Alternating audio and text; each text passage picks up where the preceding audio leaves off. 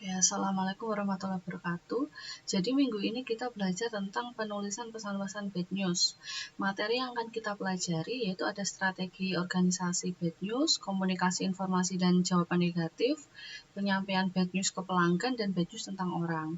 Nah, yang membedakan penulisan antara pesan bad news sama good news itu antara lain adalah pendekatannya. Jadi kalau kemarin kita belajar bagaimana menulis pesan rutin dan pesan-pesan yang sifatnya good news, maka menggunakan pendekatan langsung, yaitu tujuan kita jelaskan di awal, kemudian disertai alasan dan penutup. Tapi sebaliknya, ketika kita ingin menyampaikan pesan yang sifatnya bad news, itu kita menggunakan pendekatan tidak langsung. Nah, pendekatan tidak langsung biasanya kita mulai dengan paragraf pembuka, baru alasan, kemudian yang terakhir tujuan. Jadi dibalik, tujuannya apa yang ingin disampaikan, bad news apa yang mau disampaikan itu disampaikan di akhir.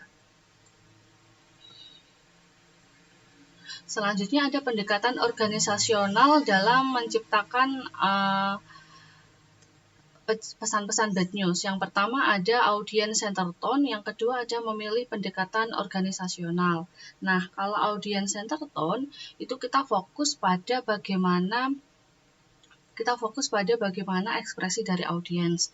Nah, setelah kita mendapatkan ekspresi dari audiensnya, setelah menerima pesan bad news, maka kita juga bisa membantu audiens untuk memahami bahwa bad news tersebut menggambarkan suatu keputusan yang sangat tegas. Kemudian kita juga bisa membantu audiens untuk memahami bahwa keputusan yang diambil itu sudah sangat adil. Kemudian yang terakhir, kita juga bisa membantu audiens itu agar tetap memberikan goodwill atau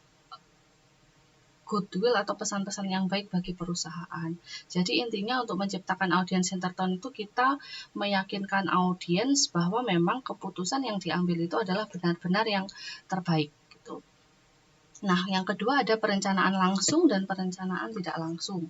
Nah, kalau perencanaan tidak langsung itu kita mulai dengan paragraf pembuka, kemudian alasan, selanjutnya itu dengan bad news, pesan apa yang mau disampaikan, dan penutupnya. Nah, kemudian kalau perencanaan langsung itu biasanya pendekatan organisasionalnya itu diterapkan ketika penerima pesan itu lebih menyukai pesannya disampaikan secara langsung, jadi to the point. Itu kalau perencanaan langsung. Kemudian ketika pesan yang mau disampaikan itu mempunyai pengaruh yang kecil terhadap si penerima pesan.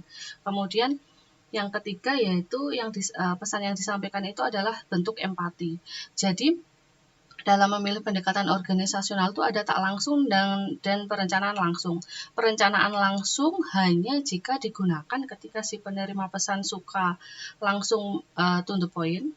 Kemudian yang kedua, pesan tersebut mempunyai pengaruh kecil terhadap si penerima pesan, dan pesan yang disampaikan itu adalah bentuknya empati. Tapi kalau untuk di luar tiga hal itu, maka menggunakan perencanaan tidak langsung, di mana dimulai dengan pembukaan dulu, alasan, kemudian tujuannya apa, penyampaian bad news-nya apa, dan penutup. Oke. Nah, ini perencanaan tidak langsung itu biasanya hubungannya dengan pernyataan netral, kemudian alasan, bad news, kemudian pernyataan positif dan sifatnya bersahabat. Kemudian kalau perencanaan langsung itu ini pernyataan bad news, alasan, lalu dilanjutkan dengan pernyataan positif dan bersahabat. Nah, bagaimana kita bisa mengkomunikasikan informasi dan jawaban yang sifatnya adalah negatif? Nah, jadi ada contoh beberapa pesan-pesan yang sifatnya adalah bad news. Contohnya ada bad news tentang produk.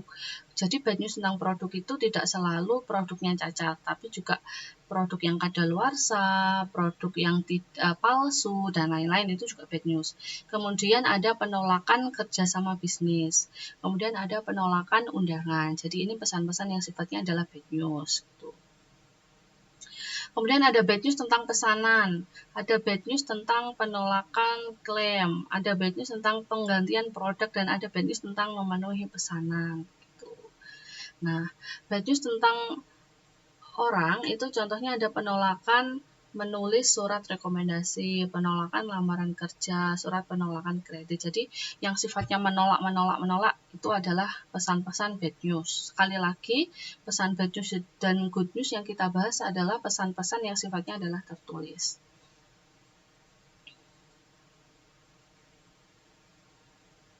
Oke. Ini ada mini quiz. Ada mini quiz terkait pesan bad news. Kalian bisa diskusikan di Elmo untuk mini quiznya. Jadi yang pertama ada sebutkan beberapa contoh real yang termasuk pesan-pesan bad news dalam dunia bisnis. Kemudian dalam menyampaikan pesan-pesan bad news, pendekatan organisasional mana yang dapat digunakan dalam dunia bisnis. Kemudian apa saja yang perlu diperhatikan dalam penyampaian pesan bad news dan apa perbedaan antara pesan bad news dengan good news. Jadi nanti kalian bisa menyampaikan hasil jawaban dari mini quiz ini di discussion.